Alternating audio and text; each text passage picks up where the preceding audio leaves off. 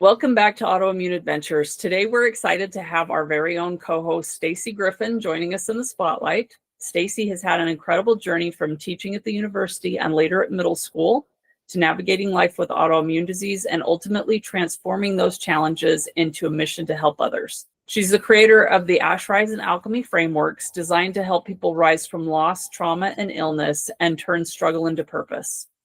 Stacy is also the visionary behind the Luminarium, a community helping families and autoimmune adventurers find their light and flow more fully through life.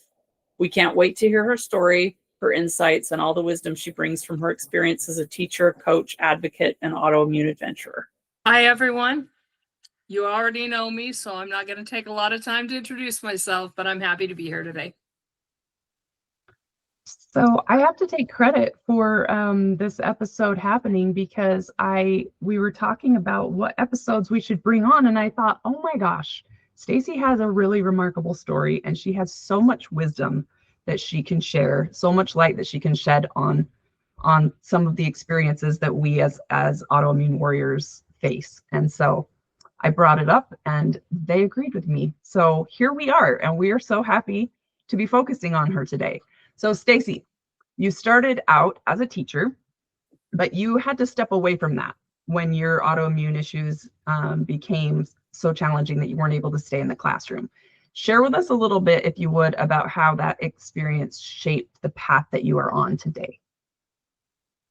Well, I started as a college professor years ago, and then I ended up in corporate America for a short period of time, and I loved teaching so much that I decided to return to teaching. And I did that by entering the 7th grade English classroom, which I really enjoyed. I loved it, but not too long after returning to teaching, I discovered that I had lupus. And I knew it was going to be a challenge, but I've always been a go-getter. And so I thought, oh, it'll be just fine. I'll just do the best I can and it'll be great. The problem was that pretty soon, because I do love teaching, I was well loved by my students. And that meant that I was becoming the writing teacher who was in charge of writing club, and I ended up being the English department head, and that was also a big blessing. But the problem was I was not really taking into account that I had a chronic illness and that I needed to be taking care of myself. So my body let me know in no uncertain terms that I was not taking good enough care of myself, and that came in heart palpitations and all kinds of problems that shut my body down. And then it happened mid-school year. So I ended up having to leave my students and leave my colleagues in a lurch while I had to leave school and take care of myself physically. And it was very disorienting for me. And that was when I really began to realize that it isn't something you can just put on a back burner and forget about. You actually have to care for yourself. And that was the turning point for me. I had to realize that as much as I love teaching, it was risking my own health. And that health risk was not going to serve me or anyone else in my life. And so I had to make a change.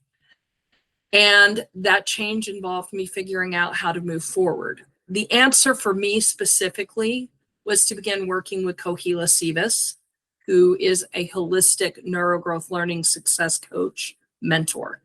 And that meant that I could still be a teacher from home. And so that's what I chose to do.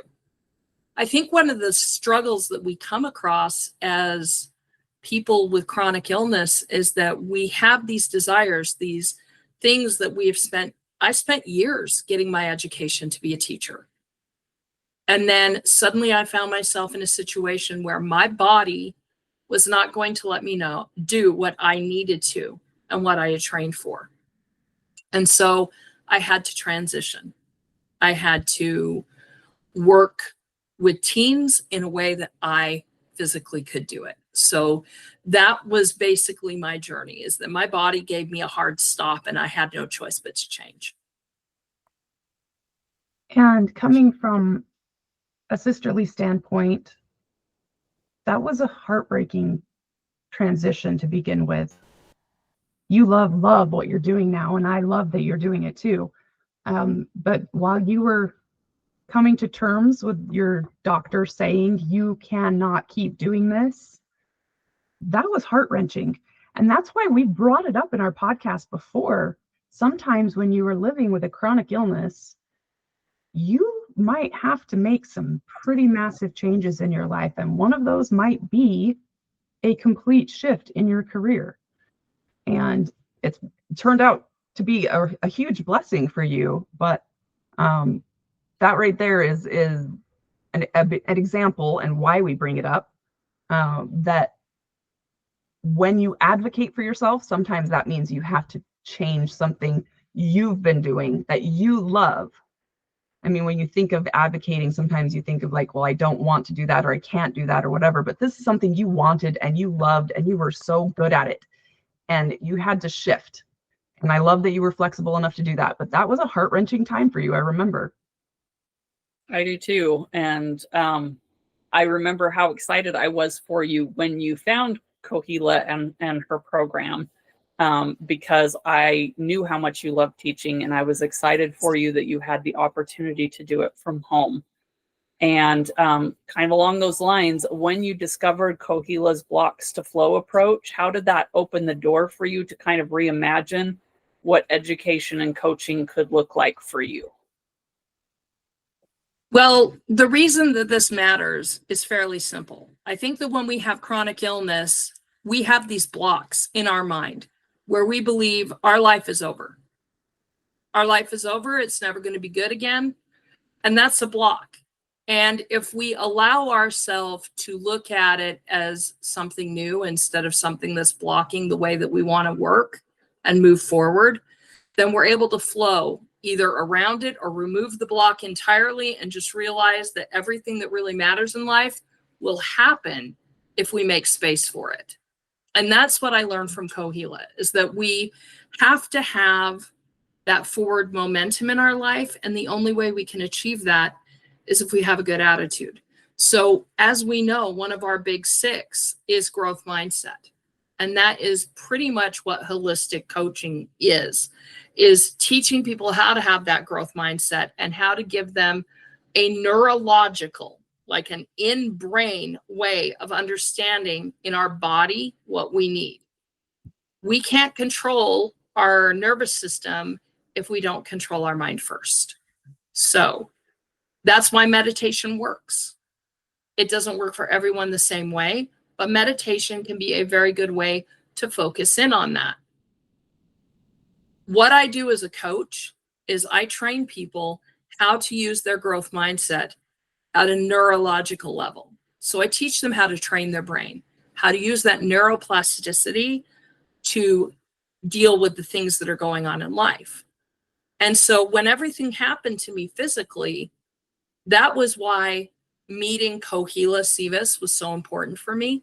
And that is why learning what I needed to for my coaching was so important, because I could see that it didn't just apply to me as someone with chronic illness. It applied to teenagers who were struggling, parents who were having a hard time getting their helping their children, or anyone else. But I mainly work with people who are experiencing some form of trauma, whether that's physical or emotional. And that is why it's important, is having that neuroplasticity. We have to be able to train our brain. So discovering Kohila, that was the blessing that it gave me, is it opened up that entire world of neuroplasticity and explained in a way that made me as an educator understand how I could help others. I feel like it was a beautiful bridge between teaching and advocacy. And I love it. I love it.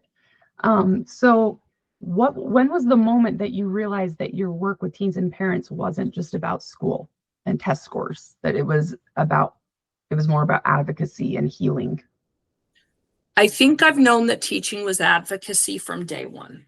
I think it's what made me want to be a teacher, because there's always been conflict for kids.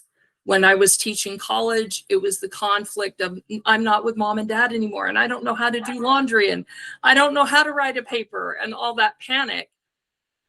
And I would tell them, you need to advocate for yourself. You need to take a stand. You need to go talk to your teachers.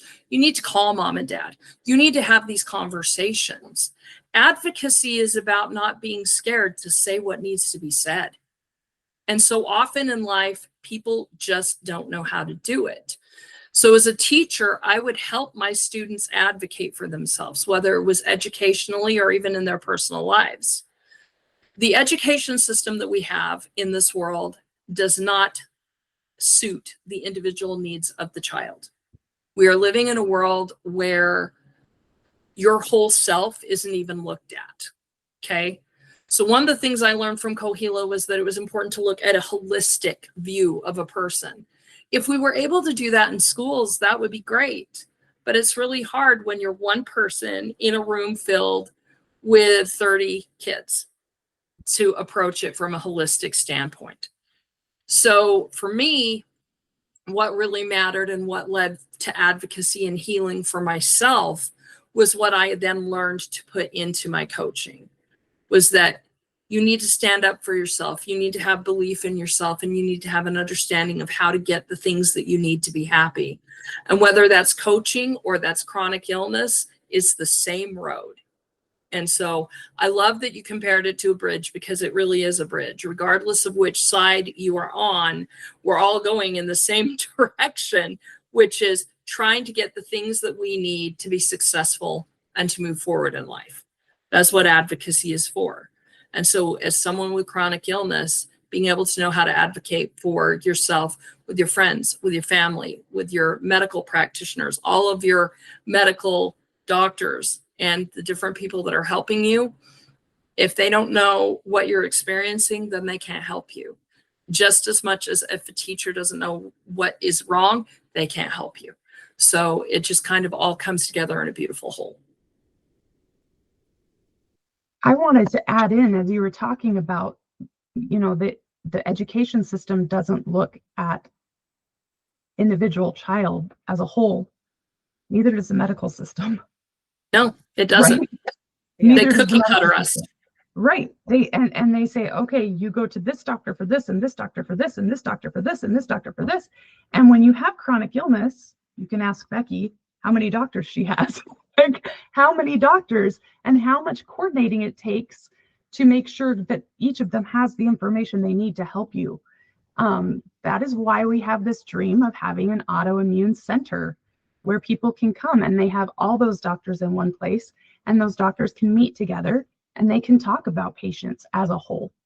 They can take a holistic approach, which you have to take with autoimmune disease. You have to, because it is your whole body that is affected by this. So I see so many parallels here. I love it. I agree. And I'm sure that anybody who's a listener has heard us. We talk about advocacy all the time. We actually have a course, a self-advocacy course in the works. And so you'll see it there, but you'll continue to hear us talk about advocacy, because that is proven to be one of the best ways to get the best results, definitely in health situations, but honestly throughout your life in general, I would say. And so kind of going to the podcast, Stacy, you're obviously one of the co-creators. We joke around about how I'm kind of our idea person. And about a year before we started the podcast, I put it out there and we were all kind of like, yeah, that's a good idea. And then about a year later, I mentioned it to Stacy again. And I was like, I think this might be helpful. And credit to her, she's our leader. She's the one who took the initiative. We all work on it together, but she was the one who kind of got us moving. She's also the one that keeps us on task, because Lucy and I are very much, ooh, look, a squirrel, and we have a lot of things we get excited about.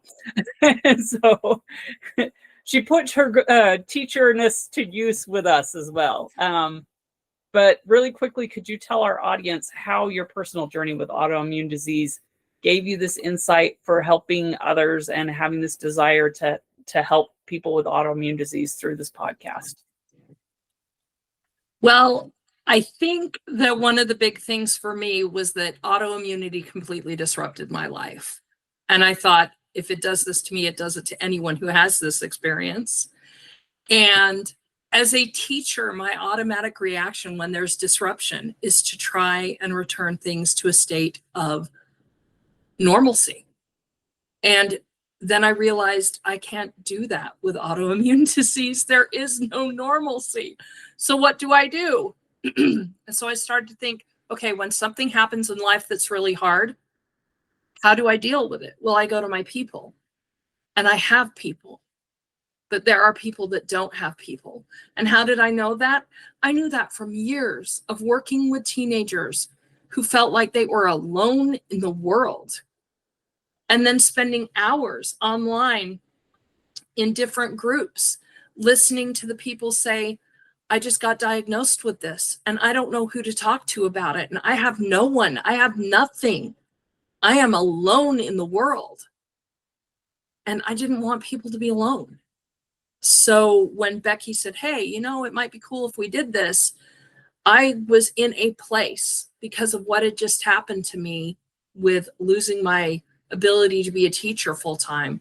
I was in a headspace where I was like, for the love of all that's holy, please give me something to do.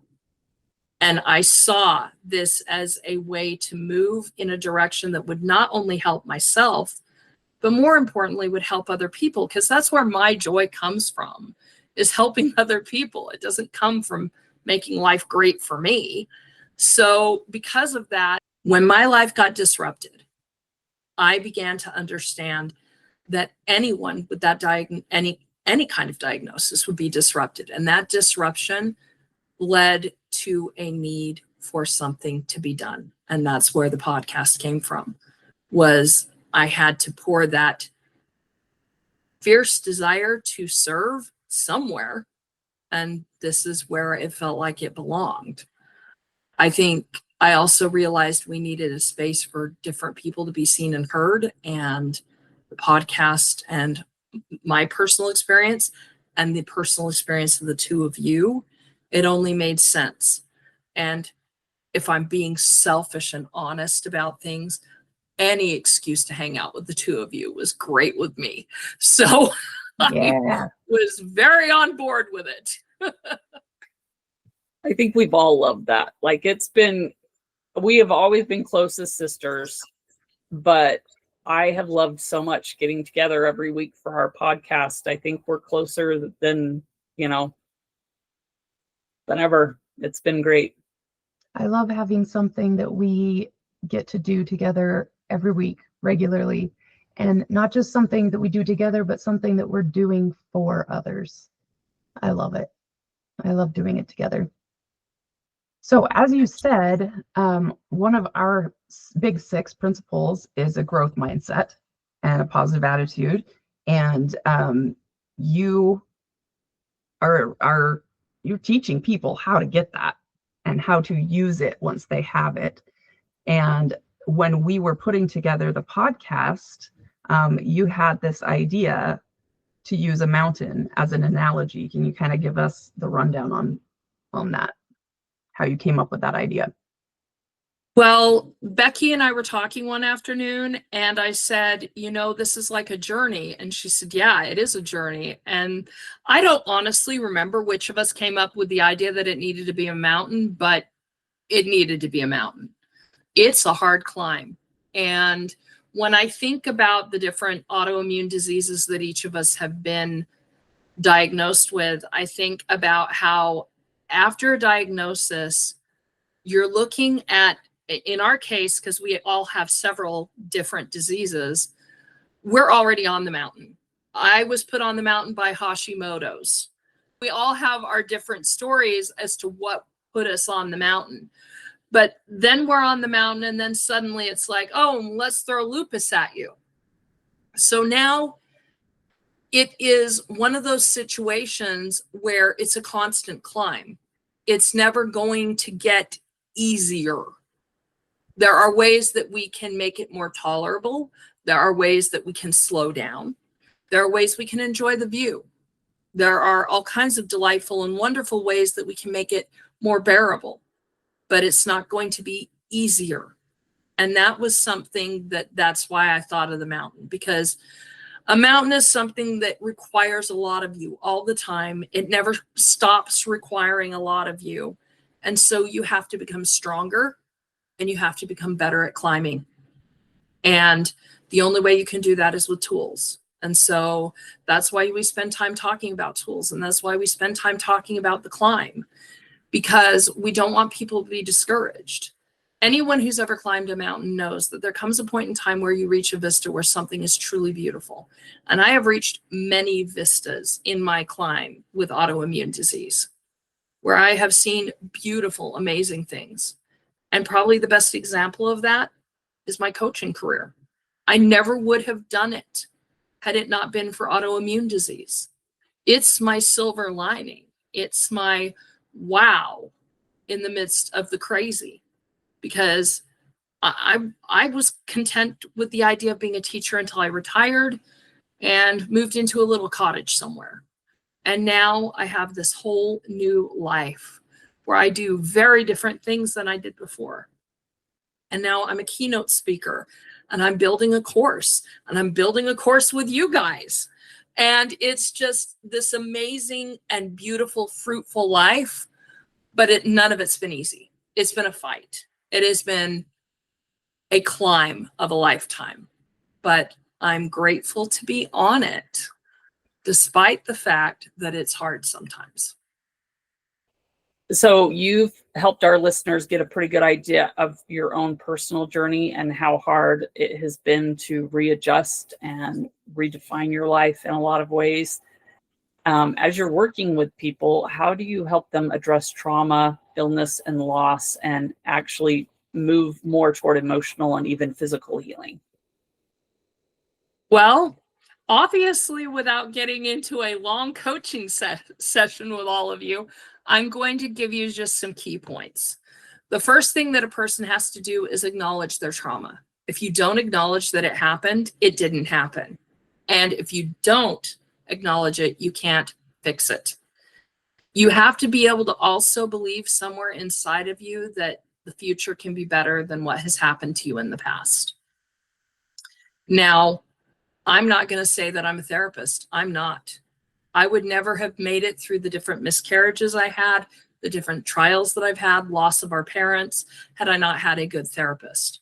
So I'm going to tell you right now that when I have people come in and they're not ready to work with me, I will encourage them to do therapy, because you have to address those deeper things. You have to have an understanding and understand that it's absolutely crucial to access and process your grief and loss. Okay, so that's the first step. But once you have had good therapy and you are in a place that you're ready to progress, that's when I start working with people. And that's where self-work begins, and self-compassion and mind mastery. And it's what we do here on the podcast with our growth mindset, is we walk people through how to embrace a better world. Then I give them an understanding of emotional stability, how to reduce their stress. Then if they are continuing their therapy, we do self-practice in combination with their therapy so that they can move from surviving to thriving. The thing about trauma, illness, and loss is these are things that come to us without us doing anything to deserve them. There are a lot of things in life that happen to us because we're stupid, or because we make bad choices, or whatever the case may be. What makes trauma and illness and loss so difficult is we have no control over them. They happen to us, and we are powerless to stop it. And that powerlessness can freeze us, and it can really break us up into pieces. So the goal is to do what the Japanese call kintsugi, where you take those pieces of yourself and you line them with gold to put yourself back together. And that is what I believe that I do. I am a person who does emotional kintsugi with people. I help them put those pieces back together, because we're still beautiful. We're still amazing. We still have so much to offer the world. We just sometimes forget it, because when we're in trauma and loss, we can only see the trauma and loss. So we have to allow ourselves to rise above that and fully understand that we are still who we were before. We may have to approach the world from a different standpoint if we have chronic illness, we have to deal with whatever loss we have, whether it's the loss of someone we loved, a dream that we had that was never achieved, a loss of a job, a loss of babies, in my case. There's a lot of loss in the world. There's a lot of sadness in the world. But the truth of the matter is, all we have to do is be willing to look for the light. And that's what I do with people who have trauma, is I help them find that light again. I love it. You're inspiring me. You are turning this into a keynote and a course and even probably a book. So what message do you want your work to leave behind for others? I want people to realize that everyone has loss, but we have a choice. After we lose, after we have trauma, after we have pain, we have a choice. There are two paths. We can let it destroy us, or we can let it transform us and strengthen us and make us better. My work, whether it is me speaking or me doing my course or me completing my book or me working here on the podcast, all of it is simply to remind people that they can rise. They can advocate for themselves. They can find their purpose. That is what matters most to me. So that's why I share the message, whether it's through my coaching or through the podcast or anything else I do. It's because I want people to understand that trauma is not the end. Loss is not the end. There's still so much about life that is worth living after the pain, after the loss, and it actually can empower us in ways that aren't often mentioned in the world as a whole. So that's what my goal is to help people understand that you can rise very much like a phoenix from the ashes of your pain and loss and be reborn in something bigger and stronger than you were before. Wonderful. I love that. You had also mentioned something called the Luminarium. Can you tell our listeners what it is and why you chose the name? As I mentioned, the Luminarium is a place of light. So all it means is being someone who wants to carry light. And that's what I want to do. I want to carry light to other people. But I also want other people to learn how to carry light for themselves and for others around them. So I've been inspired by my personal luminaries who guarded me through dark times. Both of you are two of those people. Our parents were luminaries for me. I've had mentors and friends and other people who have just been a bright light in my life. And so my vision was to create a community with a resource for families and autoimmune adventurers where they could go and find ways to gain light. And that's what the Luminarium is.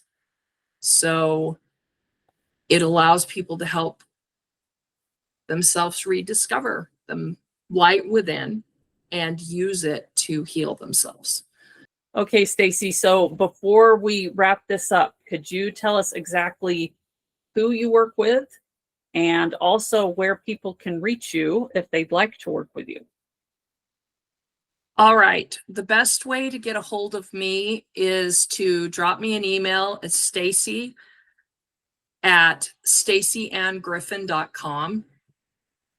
And as far as who I work with everyone. But if you want to know what my specific programs are, I do Blocks to Flow, which, as I mentioned, was a Coahuila Sivas program. And that is with me working with teenagers. I can also work with younger kids, but usually I work with teens and their parents. I work specifically with parents who feel that they need help to understand their children and give them what their kids need. So that's one program.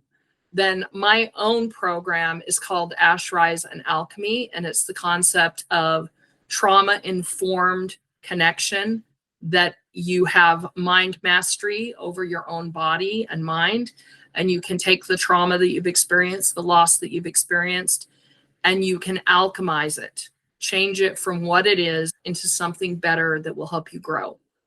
So those are the programs that I have, and everything is outlined on my website. So that's the best place to get a hold of me. There is such a need for what you are doing. Like, I know the stuff all the stuff we've talked about, I know about it. I know it's real. In fact, Stacy is working with my daughter, and I am just fascinated, and I'm like, how? I know about this stuff, but I don't know how to do it.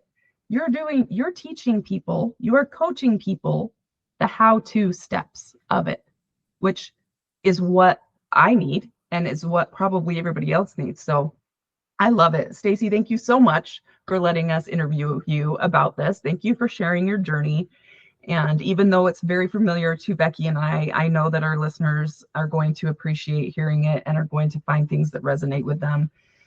We love that you have created what you have created for families and for autoimmune adventurers like us to navigate through life with a little bit more clarity and strength and hope, I think. So listeners, don't forget to sign up for our newsletter on our website. You can stay updated and keep an eye out for our course that'll be launching early next year in 2026. You can also find us on our socials and connect with Stacy directly if you or your teens need support with anxiety or loss or blocks to flow with your life. Her links will be in the show notes for easy access. And remember, you are worthy of joy. Your disease does not define your life, you do.